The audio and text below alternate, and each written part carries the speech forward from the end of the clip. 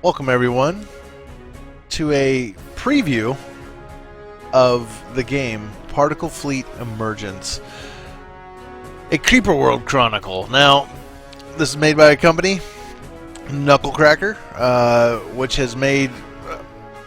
this is the fourth Creeper game, as it were. I showed you a little bit about Creeper World 3 in another video. I don't know that I did it justice, but welcome to a universe where everything has happened before, everything will happen again, because something catastrophic keeps happening that wipes out pretty much all life in the universe. It keeps getting fought, defeated sometimes, not always. Sometimes everything loses, and then slowly over time it comes back and the creeper comes back. But in this particular game, there's no creeper unless maybe, just maybe, the creeper has, well, changed, adapted, become something different. I'm maybe front-loading this too much and telling you too many things, but let's see what's going to happen. There is a prologue. So we're going to sit back, we're going to watch this, we're going to try to stay quiet. You know what, maybe I'll actually read what they say because it does pop up pretty quickly. But this is the intro to the game. You'll see what it's all about. I like the music in this game too. That's actually pretty good. Give a man a mask and he will show his true face. Ooh. Knucklecracker presents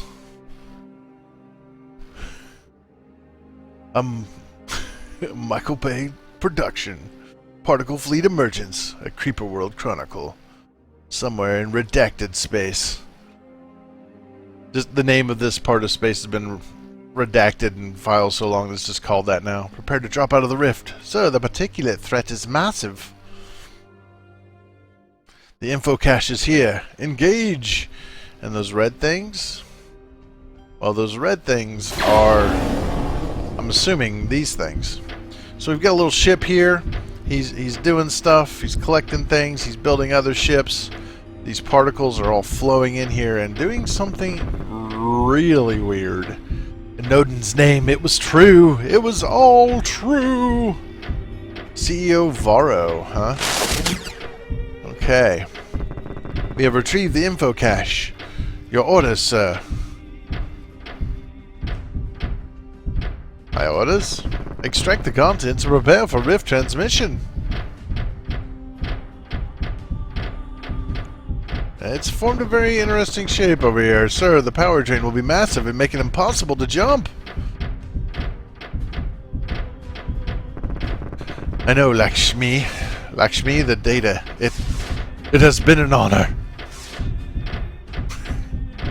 I think they all know they're gonna die. I understand. Transmission prepared. Sending. So they're sending this transmission of data that is more important than their own lives. Crew, know that we do not fall in vain. Oh my gosh, they're charging. You are the finest. Boom!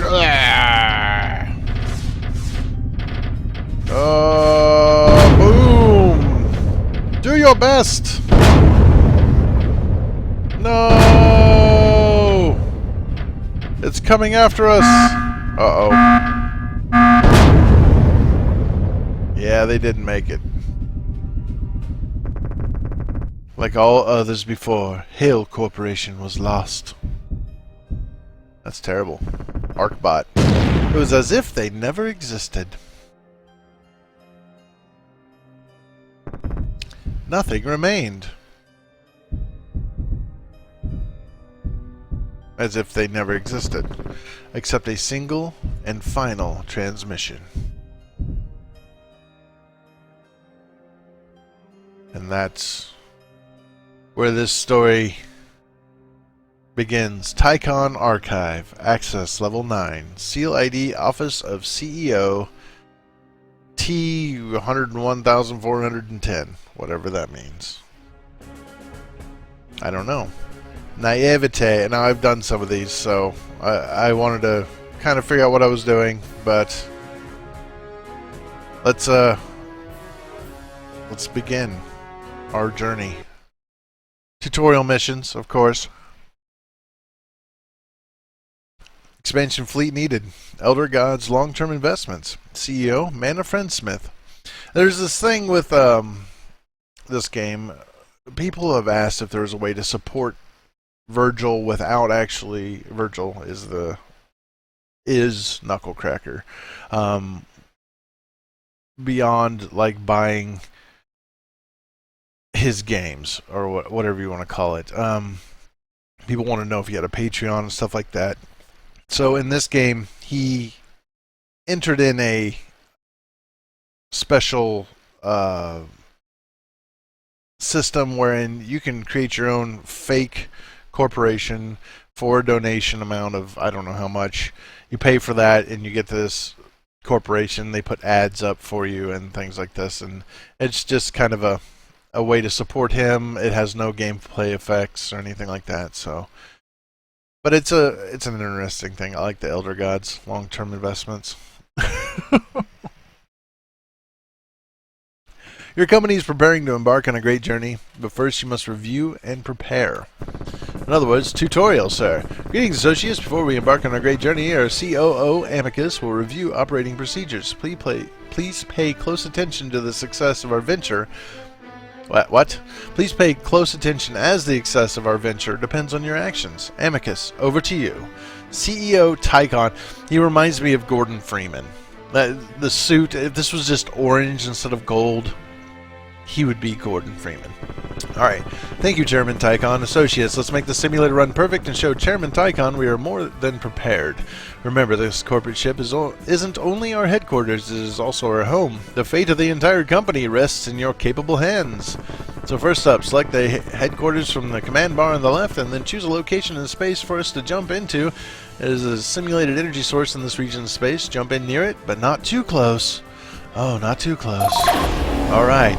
Now, done. Now select the HQ and move it closer. So you can see there's all these circles around it. So the outside one, the orange one, is the, let me zoom in here on the ship. These are cannons. This is what's called a lathe. And these little red things are lasers. These are defenses, short-range defenses. Cannons are long-range defenses, and the lathe is what you build with. This big blue box in the middle is basically the bridge. If this gets destroyed, the ship blows up. We've got like maybe some energy storage or manufacturing here, and engines. These two things here are engines. So you can, each one of these ships is unique in what it has for its layout, its build, whatever. But looking at the circles, the orange one is the range of the cannons. The red one is the range of these lasers. Like I said, very short range. And the one in the middle, I don't know what to call that. Brownish, grayish. That is the distance that the lathe can work. So we're going to fly that closer. And blam. And the lathe builds things. Alright, so energy mines produce energy needed to power ships and weapons. Excellent work, crew. As you've been briefed, we anticipate numerous energy sources to be scattered throughout redacted space. Acquiring and using their energy will be key to our operations. We anticipate many shattered worlds in redacted space, asteroids and remnants of once great worlds. We can use that mass for energy production. You will see some remnant land in the simulator. Select to build an Omni on the land. Once built, the Omni will mire the land and use it for energy production. So, I can click on Omni, I can put it over here, and then this is going to build it. So, the lathe builds a structure, the energy things will build ships and tools like this. So he's going to get powered up, and then you're going to see it starts turning everything kind of this bluish color. That means I am miring the land, which is going to increase my energy production. So you see this one on the left, up here, we've got the light green, whatever you want to call that. That is the power coming from this. You see that little bitty blue bar right there is getting bigger. That's how much energy I'm getting from mired land. They can Omnis can be built in space or over land, but they are only operational when they touch down on some surface. Omnis need energy to construct. These are the green packets you see moving from the energy mine to the Omni. Once an Omni is built and is on land, it will mine the land and use it to increase energy production. Note the production from your energy mine and from land in the top left of the display once the Omni finishes and begins to mire the land. One final note about Omnis, they also include a lathe. This can be useful in certain situations. So he has a lathe on him, just like this ship does.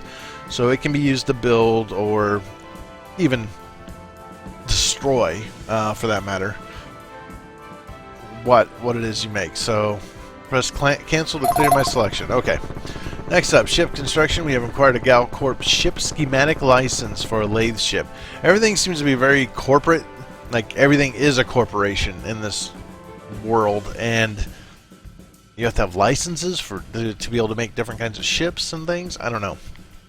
The lathe ship has a remote command bridge, engine, lathe, and laser defense system. It will be useful for acquiring energy sources without requiring the movement of the headquarters into potentially dangerous locations. So basically, this is a very simple ship. This is like your worker drone, as it were. Ships are constructed in space and require energy from nearby energy mines to build and power the modules. Select the lathe ship from the command bar on the left and then place it near your energy mine. So you can see this one has one little laser on it, short range defense, and it's going to have a lathe here once it finishes. There you go. Yeah, I did all that. Excellent work, crew. Our Director of Engineering will now review ship movement. All right. Thank you. Each ship we build is operated remotely via encrypted terabit quantum links. So all these other ships, see, this one has people on it. All these other ships are just remote control robots, as it were.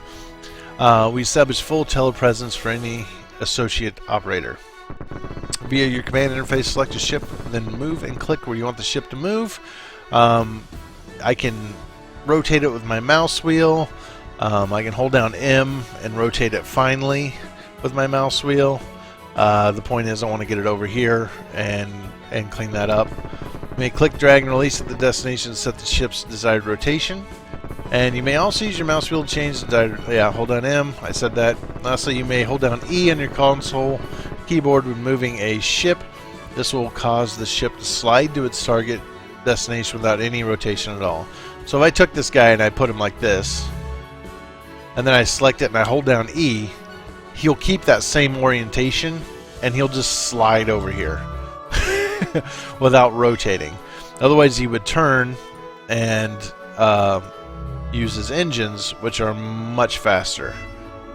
So if he's able to use these engines to push himself, he can travel much faster and get there a lot quicker. But sometimes, say this is an enemy and I just want some space, I can just keep backing up like this and still keep my gun pointed firmly at them to defend myself.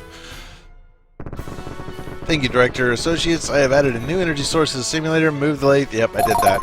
In addition to lathe schematic, also licensed destroyer class military vessel. As a precaution, we have armed the headquarters with cannons and proximity defense lasers, but in the event we need more firepower, the destroyer is available. We're going to start building it. Build the destroyer. You can build it near either energy mine as long as it's within energy supply range.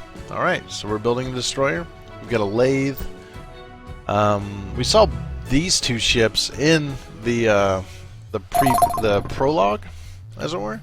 Amicus, it is time to inform the crew. Yes, sir. Crew, with great effort, we have obtained information regarding a potential threat in Redacted Space. As you know, all records on Redacted Space are sealed by the Galactic Corporation. Entry into Redacted Space is punishable by forfeiture of all assets. Over the centuries, there have been occasional ventures into Redacted Space, often by the insane or desperate chiefs of failed corporations. In all cases, those who ventured into Redacted Space were never heard from again, with one exception. And it is that single exception we have come to possess. A message encrypted and only recently deciphered by our Chief Technology Officer, Anna. Associate's encryption was not easy to break. Only after considerable insight have I discovered the message's content. It contained a description of a mindless threat that was attracted to energy and technology. Self-replicating, it could be temporarily defeated and pushed back, but would always return. Many of you have heard rumors of this threat your whole lives. It would seem the rumors are true. I have programmed the simulators to create an approximation of this threat and modified the standard Galcore lathe to destroy the source of this particulate threat. We simply don't know how effective our weapons will be against this possible threat. Our director of weapons may have additional input. This guy, he loves guns. Thank you, Anna. Crew, if it's red, send it to Oblivion. Engage. It's very simple. Let's move up and let's get this done. So I got to get up here and destroy it. We're going to claim this energy source so that we can get within range. Let my destroyer do some attacking here. And let's get up here a little bit closer. I'm even going to pull this up here just for some extra firepower, because I'm about to lose this destroyer. It's trying really hard to destroy my destroyer. Let's get up there. Oh boy. And you'll know if this gets hit, because a very loud siren goes off when it does. But see, now the lathe is slowly destroying this emitter of the particulate, and it's been destroyed. And the results of the simulation need further review. I foresee some issues, as do I. The energy will be a problem, and if your simulation is correct, the particulate threat could assume a highly variable array of formations. Crew, our mission is clear. Each of you has been chosen to solve the problems we will face. Redacted Space awaits. Amicus, prepare to jump into the rift. Now, are we desperate or broke? I don't know. It's like, do we have permission to go here? It's forbidden. If I go here, like, all assets are considered forfeit. Is there... I don't know. Have we received permission to go here without losing all of our assets? I don't understand. I just got done saying that, but I'm under the idea that we have permission.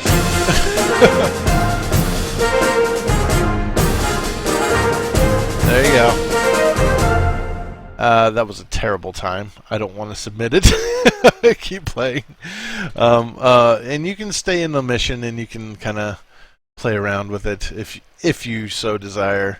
Sometimes it's fun to kind of like clean up a mission. This one in particular doesn't need that, but so we're gonna leave, and next episode will be at least mission 2, maybe mission 2 and 3. I'm not sure how long they take, so I'll see you guys all then.